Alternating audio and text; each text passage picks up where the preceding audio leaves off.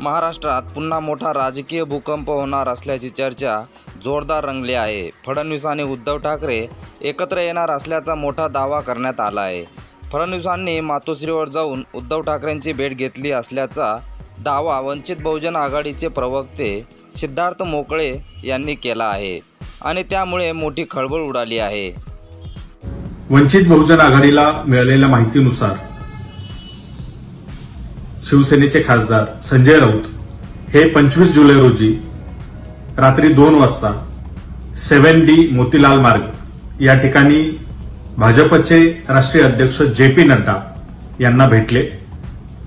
त्यानंतर 5 ऑगस्ट रोजी रात्री 12 वाजता महाराष्ट्राचे उपमुख्यमंत्री देवेंद्र फडणवीस हे मातोश्री बंगला येथे गेले, स्वतः गाडी चालवत गेले, एकटे गेले। 2 तास त्यांची त्या ठिकाणी बैठक झाली। त्यानंतर 6 तारखेला 6 ऑगस्टला उद्धव ठाकरे हे दिल्लीला गेले। जाताना सोबत कोण कोण होतं आणि दिल्लीत जाऊन कुणाकुणाच्या भेटीगाठी झाल्या आणि काय ठरलं हे यांनी जनतेला सांगावं।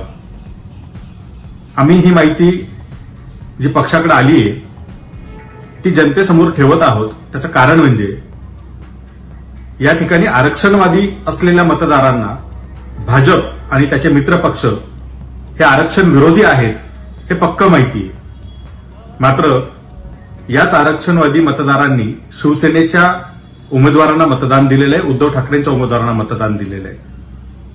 महाराष्ट्रात गेल्या 5 वर्षातील घडामोडी पाहता जर काही उलटसुलट राजकीय घडामोडी पुन्हा घडल्या तर महाराष्ट्रातल्या आरक्षणवादी जनतेचं, आरक्षणवादी मतदारांची फसवणूक होऊ नये यासाठी ही माहिती आम्ही जनतेसमोर ठेवत आहोत।